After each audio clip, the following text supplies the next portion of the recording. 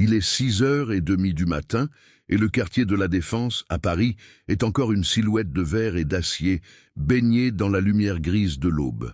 Au sommet de la tour Innovatech, le cœur battant d'un géant de la technologie, une panique silencieuse s'est installée.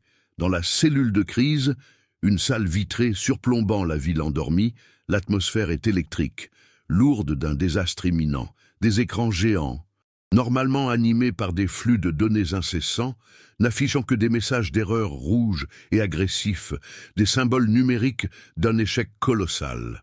L'air conditionné bourdonne, mais une sueur froide perle sur le front des cadres supérieurs réunis, leurs costumes coûteux semblant soudain trop serrés. Le silence n'est rompu que par le murmure des claviers et les soupirs de frustration, un son étouffé qui témoigne de l'ampleur de la catastrophe en cours. Alain Leroy observe la scène depuis le couloir, une figure presque invisible dans son uniforme simple et fonctionnel. À 50 ans, ses traits sont marqués par la fatigue des nuits de garde, mais ses yeux portent une douceur et une fierté que l'argent ne peut acheter. Il patrouille dans les couloirs immaculés, avec l'efficacité silencieuse de celui qui connaît chaque recoin de ce bâtiment, mais qui reste un étranger parmi ses maîtres. À l'intérieur de la salle vitrée, ces hommes, dont les chaussures valent plus que son salaire mensuel, gesticulent avec une angoisse croissante. Alain voit leur pouvoir s'effriter face à une crise qu'ils ne comprennent pas. Il se sent petit, impuissant, simple gardien d'un empire technologique qui lui est totalement étranger, mais il porte en lui une richesse qu'aucun d'eux ne soupçonne. Les murmures de désespoir filtrent à travers la porte. Des mots comme « milliards »,« paralysie totale », irrécupérable, flottant dans l'air. Alain se souvient alors de l'appel de sa fille, Léa, quelques heures plus tôt. Elle lui avait dit, avec le calme qui la caractérisait, « Papa, d'après ce que tu décris, je crois que je sais ce que ça peut être. » Poussé par un amour paternel qui transcende la peur et le protocole, il prend une profonde inspiration. Son cœur bat la chamade, mais sa décision est prise. Il pousse doucement la lourde porte en verre et entre dans la salle. Tous les regards se tournent vers lui, surpris, irrités. D'une voix qui tremble légèrement mais qui est chargée de conviction, il dit « Excusez-moi, messieurs, ma fille, elle peut réparer ça. » Un silence stupéfait s'installe, immédiatement suivi par des ricanements étouffés. Le mépris est palpable, une vague de condescendance qui frappe Alain de plein fouet. Le PDG, Stéphane, un homme à l'arrogance aiguisée par le désespoir, le dévisage comme s'il était une hallucination. Il n'y a plus rien à perdre et son cynisme prend le dessus. Il lance un regard glacial à Alain et déclare à la salle, d'un ton théâtral, « Faites venir cette gamine. Au point où on en est, on peut bien s'offrir un peu de spectacle. C'est dans ces instants, face à une humiliation si brutale, qu'on ressent le besoin de témoigner. Si vous pensez que la dignité ne devrait jamais être bafouée, songez à vous abonner pour soutenir des récits qui, comme celui-ci, redonnent leur voix à ceux qu'on tente de faire taire. Le trajet jusqu'à la Défense fut un voyage à travers deux mondes. Ils quittèrent leur petit appartement de banlieue où chaque objet racontait une histoire, un souvenir de sa mère, un livre de programmation usé pour s'enfoncer dans le cœur impersonnel du pouvoir financier. Dans le RER, Alain sentait le regard des autres sur sa fille, cette adolescente en sweat à capuche qui tapotait nerveusement sur son téléphone, l'air si ordinaire. Il la protégeait d'un bras, un geste instinctif contre un monde qui ne voyait qu'une gamine, ignorant le génie qui bouillonnait en elle. Il se souvenait de toutes les fois où il était senti petit, insignifiant, dans les couloirs d'Innovatech. Aujourd'hui, il y amenait sa plus grande fierté. Et la peur se mêlait à une fierté démesurée, un cocktail d'émotions qui lui nouait la gorge. Léa n'avait jamais été une enfant comme les autres. Alors que ses camarades jouaient dans la cour, elle démontait de vieux appareils électroniques qu'Alain récupérait dans les bennes de l'entreprise, avec la permission tacite du chef de la maintenance. Il se rappelait encore de son regard, à 8 ans, lorsqu'elle avait réussi à faire redémarrer un vieil ordinateur portable déclaré mort. Il n'y avait pas de triomphe dans ses yeux, seulement la satisfaction tranquille d'un puzzle résolu.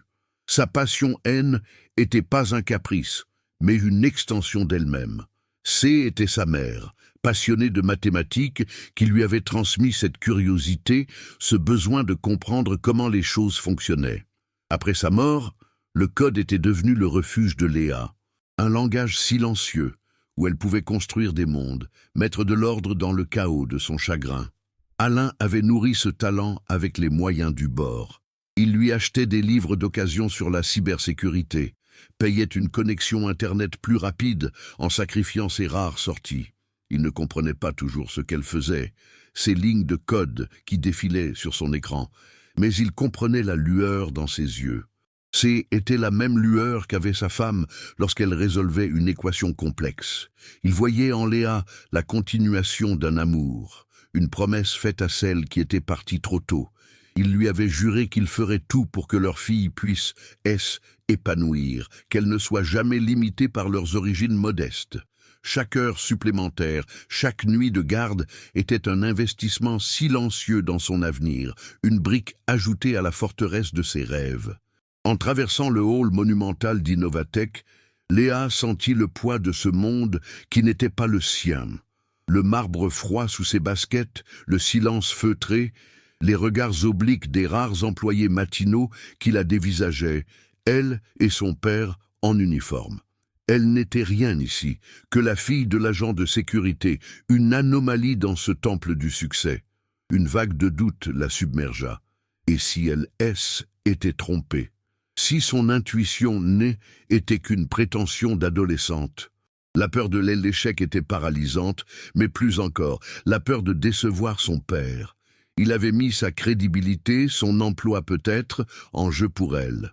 Elle releva la tête, inspira l'air stérile des bureaux et se rappela pourquoi elle était là. Pas pour eux, pas pour l'argent, mais pour lui. L'ascenseur les projeta vers le dernier étage dans un silence oppressant. Alain regardait le visage de sa fille, cherchant le moindre signe de panique. Mais il ne vit qu'une concentration intense, un calme qui le stupéfiait. Était sa force, cette capacité à faire le vide, à se focaliser uniquement sur le problème. Il se souvint des nuits où il la trouvait endormie sur son clavier, elle écran illuminant son visage d'une lueur bleutée. Elle avait toujours été comme ça, tenace, méticuleuse. Il posa une main sur son épaule, juste avant que les portes ne s'ouvrent. « Quoi qu'il arrive, je suis fier de toi », murmura-t-il. Ces mots étaient son armure. Elle n'avait pas besoin de plus. Elle entra dans la salle de crise, non pas comme une intruse, mais comme quelqu'un qui venait simplement faire son travail. La salle était exactement comme son père l'avait décrite. Une cage de verre remplie d'hommes en costume qui semblaient avoir vieilli de 10 ans en une nuit. Le mépris dans leurs yeux était presque comique. Ils la regardaient comme une curiosité, un divertissement avant le naufrage final. Stéphane, le PDG, lui désigna un siège d'un geste las. « Allez-y, mademoiselle, surprenez-nous », lança-t-il d'un ton qui ne laissait aucune place au doute sur son scepticisme. Léa ne répondit pas. Elle s'assit, ajusta la hauteur du siège et posa ses doigts sur le clavier. Le contact familier du plastique sous ses doigts la calma instantanément. Le monde extérieur disparut. Il n'y avait plus que l'écran, le code et le problème à résoudre. Les premières minutes furent un ballet silencieux. Ses doigts dansaient sur le clavier, une chorégraphie apprise au fil de milliers d'heures de pratique. Des lignes de commande apparurent sur l'écran, des diagnostics s'exécutèrent.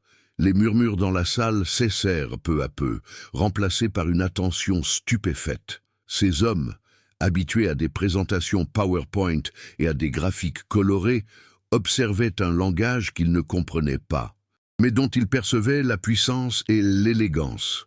Alain, debout près de la porte, retenait son souffle. Chaque seconde était une éternité. Il voyait la tension sur les visages des cadres se transformer en incrédulité, puis en un respect naissant. Sa petite fille était en train de leur donner une leçon qu'aucun d'eux n'oublierait jamais. Léa naviguait dans les entrailles du système, cartographiant l'architecture numérique d'Innovatech avec une rapidité déconcertante. CIS était un labyrinthe complexe, un chef-d'œuvre de technologie. Mais elle y décelait des failles, des négligences, des portes dérobées laissées par paresse ou par arrogance. Elle sentait le système comme un organisme vivant. Elle pouvait presque entendre son pouls numérique. La panne N n'était pas une défaillance matérielle, elle en était désormais certaine. C était plus subtil, plus vicieux. Quelque chose avait été intentionnellement brisé. Un poison injecté au cœur même du réseau. Elle ne cherchait plus seulement un bug, elle traquait un fantôme, un saboteur qui avait voulu mettre l'Empire à genoux. La complexité de l'attaque était à la fois terrifiante et fascinante. Puis, elle le trouva. Un morceau de code malveillant, dissimulé avec une habileté diabolique au sein d'une mise à jour de sécurité de routine. C était une véritable bombe à retardement numérique, conçue pour effacer les données de manière progressive et irréversible, tout en faisant croire à une simple panne en cascade. Elle s'arrêta un instant, le souffle coupé par l'ingéniosité du piège. C était l'œuvre de quelqu'un qui connaissait le système de l'intérieur, quelqu'un qui avait un accès administrateur et une haine profonde pour l'entreprise. La pression monta d'un cran. Réparer la panne était une chose, mais démasquer un traître au sein de cette pièce en était une autre. Elle sentit tous les regards peser sur elle, non plus avec mépris, mais avec une attente angoissée. C'est à ce moment précis que le doute revint, plus froid et plus mordant que jamais. Elle n'était qu'une lycéenne. Qui la croirait? Il la soupçonnerait, elle, l'étrangère, d'avoir elle-même orchestré ce chaos pour se faire valoir. Son père serait licencié, sa vie ruinée. La peur menaça de paralyser ses doigts. Elle leva les yeux de l'écran et son regard croisa celui d'Alain. Il ne voyait pas les lignes de code, il ne comprenait pas la menace, mais il la voyait, elle. Dans ses yeux, il n'y avait aucune peur, seulement une confiance absolue, inébranlable. Ce simple regard fut un phare dans sa tempête intérieure. On se demande parfois ce qui donne la force de continuer face à l'impossible. Souvent, c'est juste le fait de savoir que quelqu'un, quelque part, croit en vous sans réserve. Si ce message vous touche, n'hésitez pas à vous inscrire pour ne pas manquer d'autres histoires sur le pouvoir de la confiance. Cette connexion silencieuse avec son père raviva la flamme en elle. La peur se mua en une colère froide, une détermination de fer. Elle ne laisserait personne détruire la seule chose qui comptait pour son père, son honneur. Elle ne se battait plus seulement pour sauver une entreprise, mais pour protéger sa famille. Elle se retourna vers le clavier, son esprit plus clair que jamais. Elle commença à isoler le code malveillant, à construire une contre-mesure, non pas pour simplement réparer les dégâts, mais pour piéger l'auteur. Elle allait retourner son arme contre lui, utiliser sa propre création pour le démasquer. Le spectacle promis par le PDG allait bien avoir lieu, mais ce ne serait pas celui auquel il s'attendait. Le silence dans la salle était désormais total, presque religieux. Les dirigeants d'Innovatech N étaient plus des juges, mais des spectateurs d'un événement qui les dépassait. Ils regardaient cette jeune fille, vêtue d'un simple sweat à capuche, démanteler une crise qui avait mis à terre leurs meilleurs experts. Elle ne travaillait plus seulement avec de la logique, mais avec une intuition fulgurante, anticipant les prochaines étapes du sabotage, comme si elle lisait dans les pensées de son adversaire. Alain, lui, ne voyait plus sa fille. Il voyait l'accomplissement d'une vie de sacrifice, la preuve vivante que la valeur d'une personne ne se mesure pas à son uniforme ou à son statut, mais à la force de son caractère et à la grandeur de son talent. Soudain, une nouvelle alerte clignota sur l'écran de Léa, d'un rouge encore plus agressif. C était un protocole d'effacement total, une commande ultime lancée pour purger l'intégralité des serveurs de sauvegarde. Le saboteur, sentant Eto se resserrer, avait décidé de tout détruire, de ne laisser que des cendres numériques. Léa tenta de l'intercepter, mais se heurta à un mur invisible, une forteresse de privilèges administratifs que seul le coupable possédait. Ses doigts s'immobilisèrent au-dessus du clavier. Pour la première fois, elle était impuissante. Le compte à rebours silencieux avait commencé, et chaque seconde qui s'écoulait rapprochait Innovatech de l'anéantissement. Elle murmura, plus pour elle-même que pour les autres. « Il bloque tout, je ne peux pas passer. » Il faut couper sa connexion. Alain entendit ces mots. Il ne comprenait rien au code, mais il comprenait la panique dans la voix de sa fille et la logique implacable de la situation. Couper la connexion. Soudain, des années de rondes nocturnes, de mémorisation des plans du bâtiment, de connaissance intime de chaque câble et de chaque disjoncteur, prirent tout leur sens. Il savait. Il connaissait l'architecture physique de la tour, comme Léa connaissait son architecture numérique. Il savait exactement quel bureau appartenait au directeur technologique, l'homme le plus suspect à ses yeux depuis le début de la crise. Il s'approcha de sa fille, son visage une carte de détermination. « Quel étage? Quel bureau ?» demanda-t-il d'une voix basse et urgente. Léa leva les yeux, comprit instantanément et lui donna le numéro. Sans un mot de plus, sans demander la moindre permission, Alain tourna les talons et se mit à courir. Il traversa la salle de crise sous les regards stupéfaits des cadres, qui le voyaient non plus comme un simple gardien, mais comme un homme animé par une mission qu'il ne saisissait pas. Il dévala les couloirs qu'il avait arpentés 1000 fois, mais jamais avec cette vitesse, cette urgence. Chaque pas résonnait sur le marbre comme le battement d'un cœur affolé. Était une course contre le temps, une course physique pour gagner une bataille numérique. Il arriva devant l'armoire électrique du 27e étage, son souffle court, ses mains cherchant la clé passe-partout sur son trousseau. Il l'ouvrit, ses yeux balayant la rangée de disjoncteurs étiquetés avec une précision méticuleuse. Il le trouva. Bureau 2701 DSI. D'un geste sec et précis, il abaissa le levier. Au même instant, dans la salle de crise, Léa vit une porte s'ouvrir. Une fenêtre de quelques secondes, pas plus. La connexion du saboteur avait été rompue.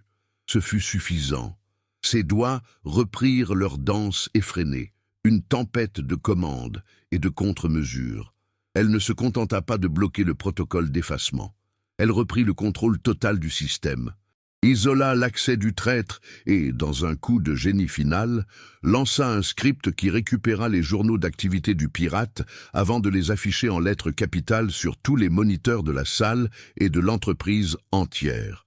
Le nom du directeur technologique, son portrait et la preuve irréfutable de sa trahison étalèrent sous les yeux de tous.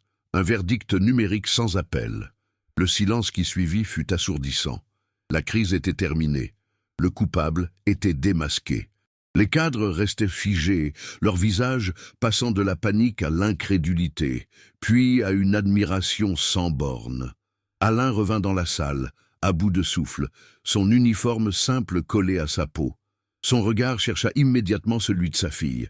Leurs yeux se croisèrent à travers la pièce bondée. Aucun mot ne fut échangé, mais tout fut dit. Dans ce regard, il y avait la fierté d'un père, la gratitude d'une fille, et la reconnaissance silencieuse que la connaissance humble de l'un avait forgé l'arme pour le génie de l'autre.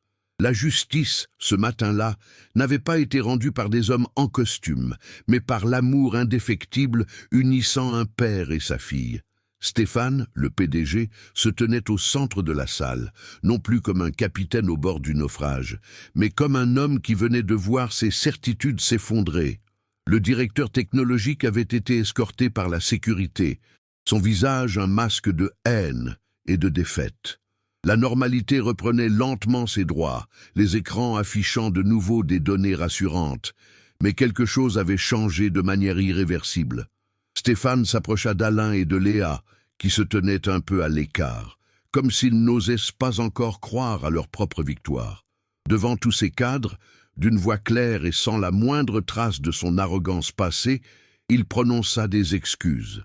Ce n'était pas seulement pour la crise évitée, mais pour son mépris, pour son aveuglement. Il reconnut publiquement qu'il avait jugé un livre à sa couverture, et que l'uniforme d'un homme et le sweat à capuche d'une jeune fille cachaient plus de valeur que tous les costumes de la pièce réunie. Quelques jours plus tard, une conférence de presse fut organisée. Stéphane, aux côtés de Léa et d'Alain, annonça un changement de cap radical pour Innovatech. Il ne parla pas de profit ou de technologie, mais de talent et d'opportunité. Il raconta l'histoire de cette matinée-là sans rien omettre de sa propre erreur de jugement. Puis, il dévoila la création de la Fondation Léa, une initiative entièrement financée par l'entreprise et dédiée à offrir des bourses d'études complètes à des jeunes issus de milieux modestes, passionnés par la technologie. L'objectif N n'était pas la charité, mais un investissement stratégique dans le potentiel humain, où qu'il se trouve.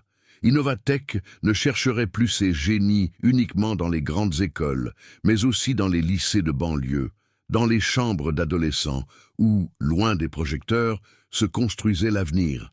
Les changements ne furent pas seulement institutionnels. La vie d'Alain et Léa fut transformée. Léa se vit offrir une bourse intégrale pour l'école d'ingénieur de ses rêves, une voie qui lui semblait inaccessible quelques semaines plus tôt. En complément, Innovatech lui proposa un poste de consultante junior en cybersécurité, lui permettant de mettre son talent à profit tout en poursuivant ses études. Quant à Alain, sa promotion au poste de chef de la sécurité du groupe fut accueillie par des applaudissements unanimes. Stéphane précisa que cette décision ne récompensait pas seulement son acte de bravoure, mais son intégrité, sa connaissance intime du terrain et la valeur qu'il avait su cultiver chez sa fille. Pour la première fois de sa vie, Alain ne se sentait plus invisible dans les couloirs de la tour. Il n'était plus le gardien d'un empire, il en était devenu l'un des piliers. La tour Innovatech N était plus tout à fait la même. Une nouvelle philosophie S était installée, plus humaine, plus juste. On commençait à voir des stagiaires aux parcours atypiques, des jeunes talents repérés par la Fondation Léa, apportant une énergie nouvelle et une diversité de pensées qui rendaient l'entreprise plus forte. Léa N était plus une anomalie, mais un symbole, la preuve vivante que le génie n'a pas de code vestimentaire ni de code postal. Alain, dans son nouveau bureau avec vue sur la ville, observait ce changement avec une fierté tranquille. Leur histoire était devenue une légende interne. Un rappel constant que la plus grande innovation est parfois simplement d'apprendre à voir la valeur là où personne ne pense à la chercher. C'est en partageant des récits comme celui-ci que l'on peut inspirer le changement. Et votre soutien, en vous abonnant, nous permet de continuer à donner une voix à ces héros silencieux.